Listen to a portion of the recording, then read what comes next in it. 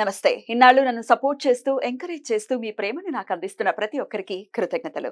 అలాగే ఈ వీడియో కూడా ఖచ్చితంగా మీకు ఉపయోగపడుతుంది. లైక్, షేర్ అండ్ సబ్స్క్రైబ్ చేసి మీ సపోర్ట్‌ని నాకు అందించండి. అలాగే ఈ వీడియో పట్ల మీకున్న అభిప్రాయాన్ని కామెంట్ సెక్షన్‌లో కామెంట్ చేసి తెలియజేయండి. ఇప్పుడు వీడియోని చూద్దాం. నమస్తే. Welcome to our channel. నేను పద్మిని. ప్రస్తుతంతో పాటు ప్రముఖ ఆధ్యాత్మికవేత్త, జ్యోతిష పండితులు, అమ్మవారి సేవకులు, దత్త గణపతి ఉపాసకులు మురళీధర శర్మ గారు మనతో పాటు ఉన్నారు. మాట్లాడదాం. మురళి గారు నమస్తే అండి. మహాదేవ శ్రీమాత్రే నమః. జూలై మాసం వచ్చేస్తోంది, ఇంగ్లీష్ మాసం. అలాగే జూలై 6వ తారీఖు నుంచి ఆషాఢ మాసం కూడా ప్రారంభం కాబోతోంది.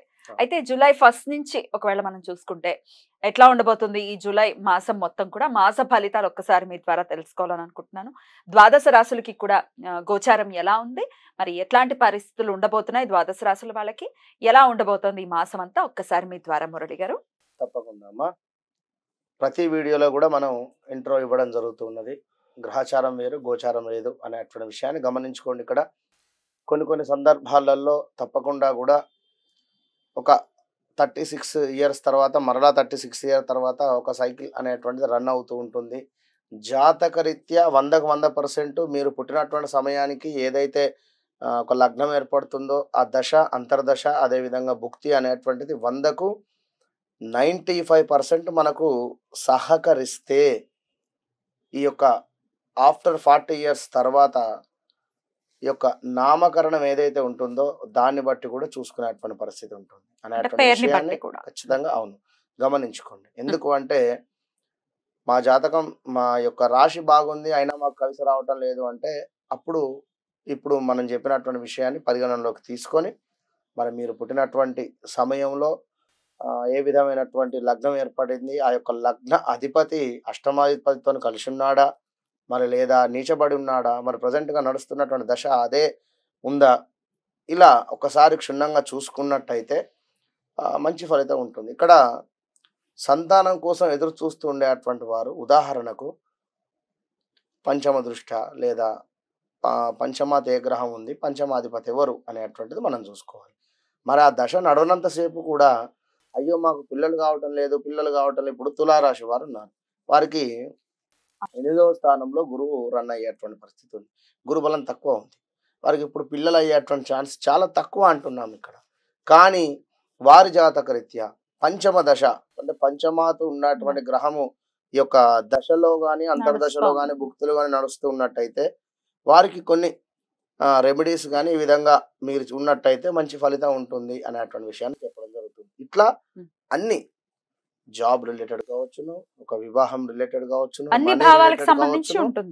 మనీ రిలేటెడ్ కావచ్చును, కోర్టు కేసులు కావచ్చును. కోర్టు కేసులు దేనికైతవి? 8వ భావంలో చంద్రుడు కావచ్చును లేదా కుజుడు కావచ్చును. ఇట్లా మీ యొక్క డేట్ ఆఫ్ బర్త్, పుట్టిన సమయము బట్టి దశలు, అంతర్దశలు, భుక్తిని ఒకసారి చూసుకొని ముందుకు వెళ్ళినట్టయితే మంచి ఫలితం ఉంటుంది. మరి యొక్క ఆషాఢ మాసానికి సంబంధించి మరి యొక్క జూలై 1వ తారీఖు నుండి 30వ తారీఖు వరకు కూడా మరి యొక్క ద్వాదశ రాశులు ఏ విధంగా ఉండబోతున్నాయి అనేటువంటి విషయాన్ని యొక్క వీడియోలో క్షుణ్ణంగా కూడా తెలుసుకుందాం. మరి మకర రాశి వారికి జూలై మాసం ఎలా ఉండబోతోంది మురళి గారు? అమ్మ, మకర రాశి వారికి ఈ యొక్క జూలై నెలలో ఆషాఢ మాసంలో ఎలా ఉండబోతుంది అనేటువంటి విషయాన్ని చూసుకున్నట్టయితే వీరికి గురువు వల్ల ఎవరైతే మకర రాశి వారు ఉన్నారో వీరికి అద్భుతమైనటువంటి ఫలితాలు ఉన్నాయి. విద్యా ఉద్యోగాలలో చక్కటి లాభాలు, ప్రతి పని యందు కూడా చక్కటి విజయము, సుఖవంతమైనటువంటి జీవితాన్ని గడిపేటువంటి పరిస్థితి. విదేశీ ప్రయాణాలు ఎవరైతే చేస్తామని అనుకుంటున్నారో వారికి నెలలో తప్పకుండా అయ్యేటువంటి పరిస్థితి. ధనధాన్య లాభాలు, ఇంటి యందు ఆరోగ్యము, సంఘమునందు గౌరవము, మితిమీరిన ఆత్మవిశ్వాసము వల్ల బంధుమిత్రులతో కాస్త గొడవలు, వాహన సౌఖ్యము, కొన్ని స్థిరాస్తులు కూడబెట్టుట, అదేవిధంగా ప్రయత్నపూర్వకంగా చేసినటువంటి పనులు ఏవైతే ఉన్నాయో అవి నెరవేరుటచే ఎంతో ఆనందకరమైనటువంటి వాతావరణాన్ని ఈ నెలలో మీరు పొందుతూ ఉన్నారు.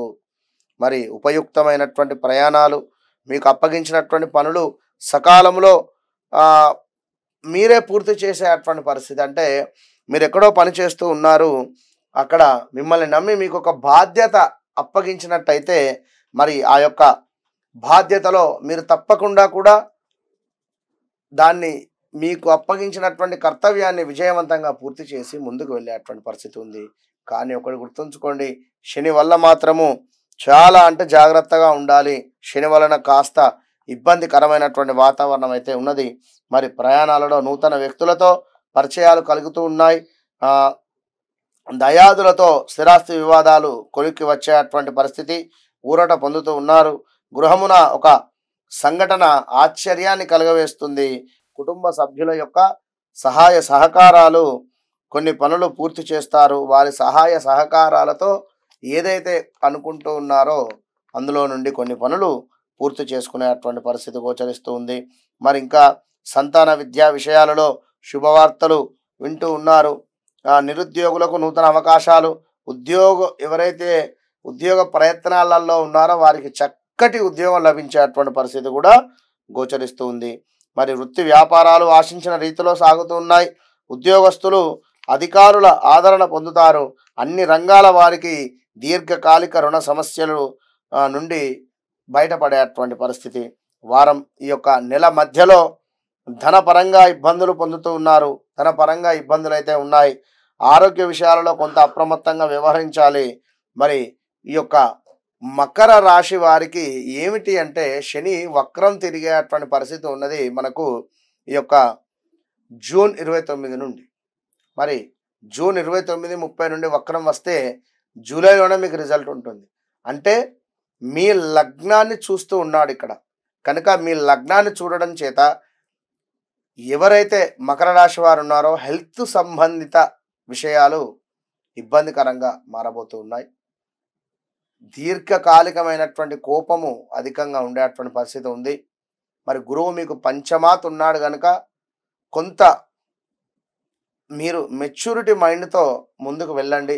ఇప్పుడు ఏలినాటి శనిలో ఏదో పైనుండి రాళ్ళు పడడం కావచ్చును, లేదా బండి మీద నుండి కింద పడడం కావచ్చును. పైనుండి రాళ్ళు అంటే మీరు ఎక్కడో అపార్ట్మెంట్లో ఉంటున్నారు, ఎవరో పిల్లవాళ్ళు పైనుండి కింద ఒక రాయి వేయడమా, లేదా ఇంకేదైనా అందరికీ జరగదు.